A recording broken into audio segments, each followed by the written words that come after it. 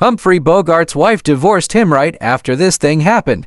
Humphrey Bogart was born Humphrey DeForest Bogart on December 25, 1899 in New York City. He came from Eric family. Bogart's father, Dr. Belmont DeForest Bogart, was a well-known heart doctor, and his mother Maud Humphrey was a successful artist who drew pictures for ads. Her artistic talent and friends helped make the family look fancy and important, even though he grew up with lots of money and comfort. Bogart was known for being a rebel even when he was young. He went to the fancy Phillips Academy in Andover, Massachusetts, but got kicked out before finishing. An early sign that he liked to do things his own way and sometimes didn't follow the rules. He served in the Navy for a short time during World War I, where his stout personality and sense of following order started to grow, qualities that would later show up in his movie characters. After the war, Bogart moved around doing different jobs before finding his place in the world of theater. He started working behind the scenes but soon switched to acting, pulled in by the excitement and feelings of live shows.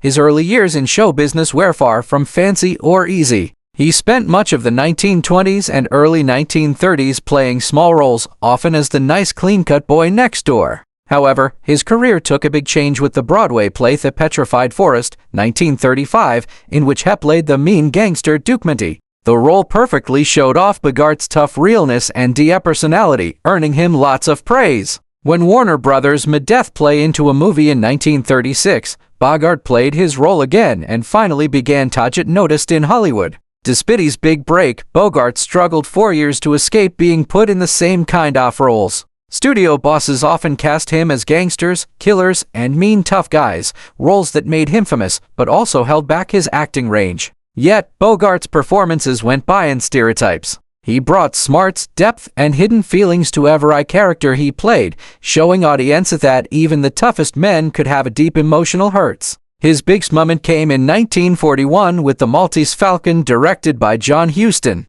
As private detective Sam Spade, Bogart played a new kind of hero. Tough, tired of the world, but guided by his own rules of right and wrong. That film made his reputation as a star and started the time period of film noir. A year later, in 1942, Bogart became a movie legend forever with Casablanca. His acting as Rick Blaine, a negative but romantic nightclub owner stuck between love and duty during World War II, remains one of the greatest performances in movie history. The film's famous lines, "Here's looking at you, kid," and "We'll always have Epirus," became sayings everyone knew, forever connecting Bogart's name with ideas of loyalty, giving things up, and lost love. His connection with Ingrid Bergman was electric, and their sad goodbye in the fog remains one of cinema's most unforgettable moments. Casablanca notably made Bogart's place as a Hollywood legend solid, but also showed the emotional depth that was beneath his outside. Away from the camera, Bogart's life was just as interesting.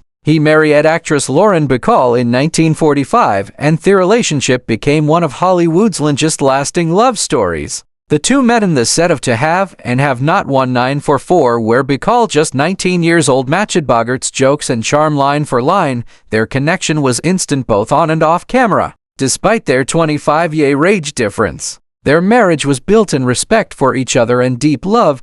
Together, they starred in several classic films including The Big Sleep 1946, Dark Passage 1947, and Key Largo 1948. All of these showed their undeniable connection and helped define the golden age of Hollywood romance. By the 1950s, Bogart had firmly made himself one of the most respected actors in the business. His performance in The African Queen, 1951, opposite Katharine Hepburn, earned him his only Academy Award for Best Actor. The role of Charlie Olnut, a rough riverboat captain who finds courage and love in the African wilderness, was both funny and touching, showing yet another side of Bogart's talent. In later years, he continued to take on hard roles in films like The Caine Mutiny, 1954, and The Harder They Fall, 1956, that last one being his final screen appearance. Even as his health began to get worse, Bogart never lost his love for his work or his quiet sense of dignity. Humphrey Bogart's personal life was as complicated and interesting as the characters he played on screen,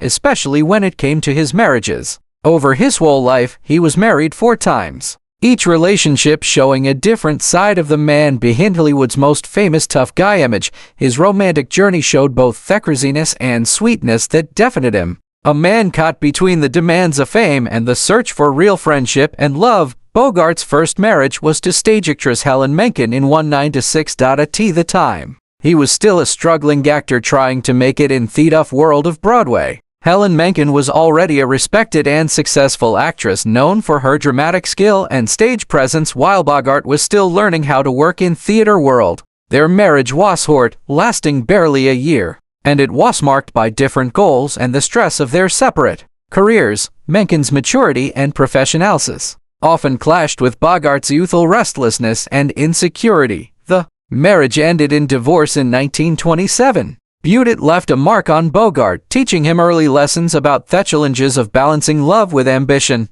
Though the marriage was short-lived, Menken would later remember Bogart as smart and delightful, although someone not yet ready for the responsibilities of married life. In 1928, Bogart married again, this time to actress Mary Phillips, who shared his background in the New York stage scene. Their marriage lasted nearly 10 years from 1928 to 1937, covering some of Bogart's most important years as an actor. Mary was supportive of his dreams and was by all accounts both witty and worldly qualities that attracted Bogart, who admired strong, independent women. However, as Bogart's film career began to take shape in Hollywood during the 1930s, the couple's relationship started to get strained under the pressures of distance and different careers. Phillips chose to remain in New York to continue her stage work, while Bogart was more and more drawn to California and the growing film industry. Despite their separation, Mary Phillips remained one of the few of Bogart's ex-wives who spoke nicely of him in later years. Their split was reportedly friendly, a rare thing in Hollywood, and Bogart kept some respect and affection for her long after the marriage ended. Bogart's third marriage, to Mayo Method in 1938, was probably his most crazy and wild. Mayo was a talented actress in her own right, but she also had a hot temper and a wild personality that clashed at times with Bogart's own intensity. Their relationship was famously stormy, earning them the nickname the Battling Bogarts in Hollywood gossip columns. They were known for their public arguments and passionate makeups, a cycle that showed the chaos of their personal lives. Bogart, by then becoming a more well-known actor thanks to roles in films like The Petrified Forest, was living in a world of growing fame, alcohol-filled parties, and emotional instability. Both he and Mayo drank heavily, which only made their fights worse. Despite the dysfunction, Bogart stayed with Method for 7 years, maybe because he felt loyal or because he was drawn to the fiery drama that matched his own inner struggles. Eventually, the marriage became impossible and they divorced in 1945. While the relationship left emotional scars, it also marked a turning point for Bogart, who soon after would find the love that would change his life forever. That same year, 1945, Bogart married Lauren Bacall, a young actress nearly 25 years younger than him, with whom he had shared exciting on-screen chemistry in To Have and Have Not, 1944. Their romance became one of the most legendary love stories in Hollywood history. Bacall, with her sultry voice and striking poise, brought out a softer, more loving side of Bogart that the public rarely saw. She was only 20 years old when they married, while Bogart was 45, but the age gap seemed like it didn't matter. Their connection was immediate, deep, and lasting. They made 4 classic films together, To Have and Have Not, The Big Sleep, Dark Passage, and Key Largo, each deepening their bond both professionally and personally. Bacall often spoke of Bogart as her greatest love, describing him as strong, principled, and deeply loyal beneath his gruff outside. Their marriage produced 2 children, Stephen and Leslie, and by all accounts, it was a deeply loving partnership. Bacall stood by Bogart through his battles with sickness, particularly his fight with esophageal cancer in the mid-1950s. She was with him until his death in 1957. And she later described their time together as the most meaningful chapter of her life. Before he became one of Hollywood's most lasting legends, Humphrey Bogart's personal life was a whirlwind of passion, jealousy, and heartbreak. Among his 4 marriages, one in particular fell apart dramatically and became a turning point in his understanding of love and loyalty. The wife we're talking about was the fiery and unpredictable actress Mayo Method, a woman whose temper was as famous as Bogart's cool, sarcastic personality. Their relationship was a wild mix of love, alcohol, and constant fighting, which often happened in public and left both emotionally beaten up.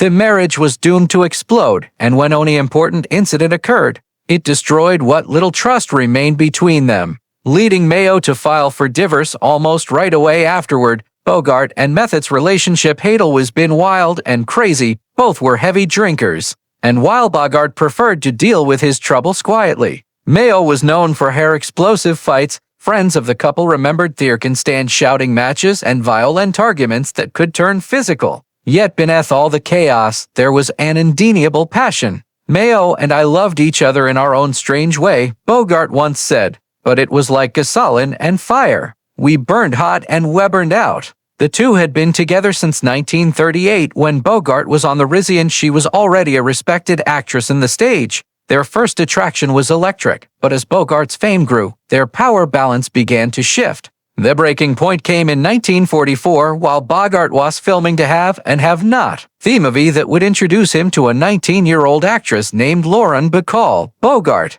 then in his mid-40s, was fascinated by Bacall's poise, intelligence, and smoky voice charm. Their chemistry was undeniable both on and off the screen. Despite trying to fight his growing feelings, Bogart found himself pulled toward her. She had a strength I admired, he later confessed.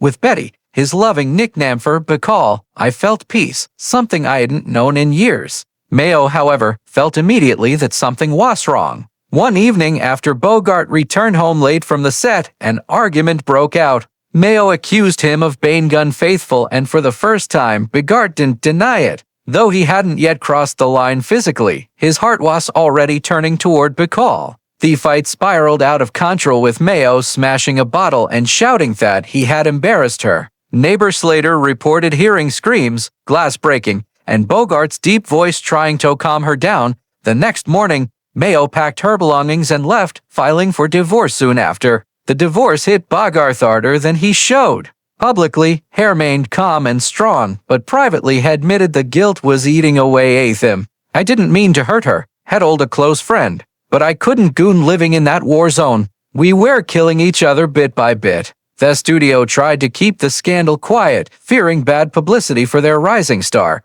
but the gossip columns had already caught wind of the story. Mayo Method Beckham, known in Hollywood circles as Sluggy, a nickname that highlighted her wild behavior, while Bogart began to be seen as the wronged husband who had finally escaped a toxic marriage, despite the painful breakup. Bogart's life took a big turn for the better. Just months after the divorce was finalized in 1945, he and Lauren Bacall married in a small private ceremony. Theirs became one of Hollywood's greatest love stories, a bond that lasted until Bogart's death in 1957. He often credited Bacall with bringing stability and happiness into his life after years of craziness. When I met her, he said, I stopped looking over my shoulder. The storms were finally over. For Mayamith, however, the story had a tragic ending. She never recovered from losing Bogart and her career faded into nothing. Struggling with depression and alcoholism, she died in 1951 at just 47 years old. Bogart was deeply saddened when he heard the news. Mayo was a part of my life I can't erase, he reportedly said. She had a wild heart, but she deserved peace. The end of Bogart and Method's marriage marked a crucial transformation in Bogart's personal life. It was the collapse of a destructive relationship that cleared the way for a gentler, more lasting love with Bacall. Yet, even as he moved forward, Bogart never forgot the lessons of that painful chapter. The divorce that followed that explosive night taught him that true love couldn't survive in chaos, and that sometimes losing someone you once loved is the only way to save yourself. Sadly, Bogart's life was cut short by sickness. A lifelong smoker and drinker, he was diagnosed with esophageal cancer in the mid-1950s. Despite surgery and treatment, his health got worse rapidly. Humphrey Bogart passed away on January 14, 1957, at the age of 57. Leaving behind a legacy that would influence generations of actors and filmmakers. His funeral was attended by the greatest stars of his time, and his wife, Lauren Bacall, mourned him deeply, calling him Simply Baji, a nickname that the world